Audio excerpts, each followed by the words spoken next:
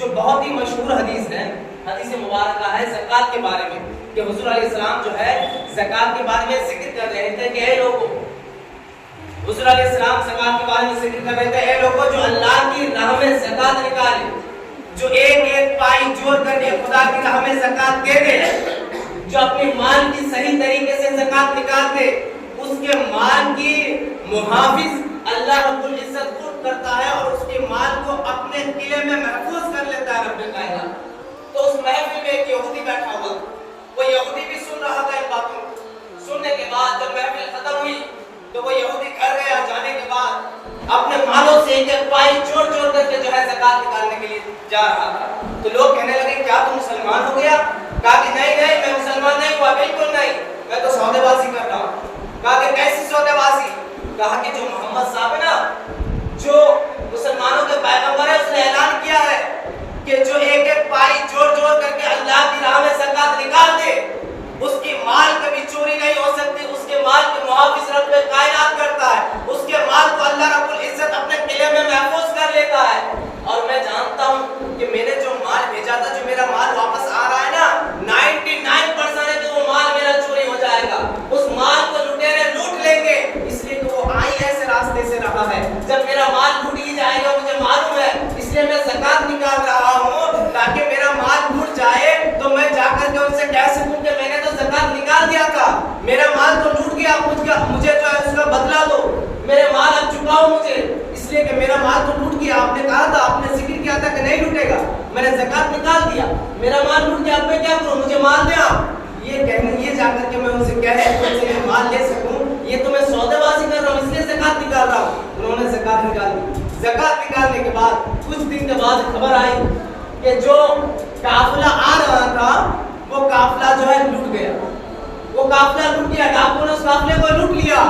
جب یہ پتہ چلا تو انہوں نے کیا کی، گھر سے تلوار نکالی، تلوار نکالنے کے بعد چل دیے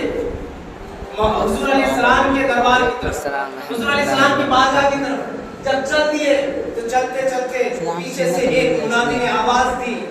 اے شخص کہاں جا رہے ہو، اے شخص کہاں جا رہے ہو؟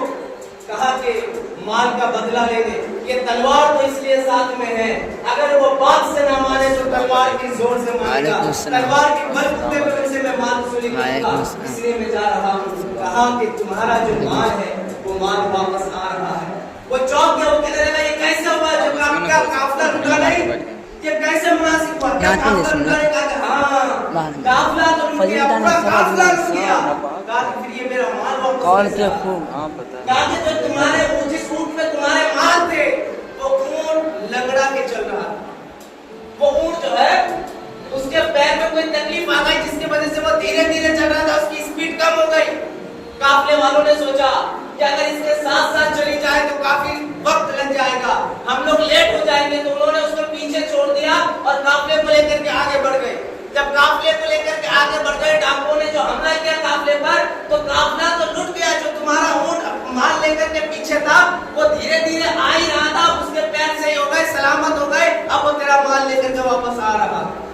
اب تیرا مال لے کر کے وہ واپس آ رہا ہے۔ جب اس نے اتنا سنا، سننے کے بعد تلوار تو پھینک دیا، پھینک کر کے حضور کی بارگاہ میں گیا اور اپنے گردن کو جھکا دیا، جھکا کر کے کہنے لگا کہ حضور آپ مجھے معاف کر دیں، آپ مجھے کلمہ پڑھا دیں،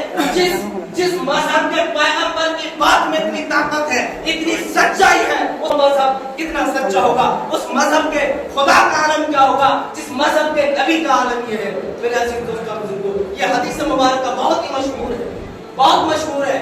کہ اس کے مال کی کیسے کیسے حفاظت ہوئی، پورا قافلہ رک گیا، اس کے مال میں کوئی نقصان نہیں آیا، اس کے مال محفوظ ان تک پہنچ گیا۔ یہ کس کا ہے؟ کہ ایک یہودی کا۔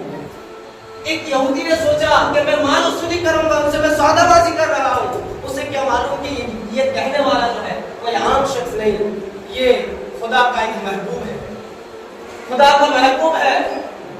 مسلمانوں کا پیغمبر ہے، اللہ نے جس پر قرآن نازل کیا وہ ہے، اسے کیا معلوم۔ انہوں نے انہیں پھنسانے کی کوشش کی حضور علیہ السلام کو، لیکن دیکھا کہ نہیں، ان کی بات میں ایک ایک بات سچائی ہے، ایک ایک بات سچی نکلی، تو انہوں نے کیا کیا، حضور کی بارگاہ میں اپنے سر کو رکھ دیا اور کلمہ پڑھ کر مسلمان ہو گیا۔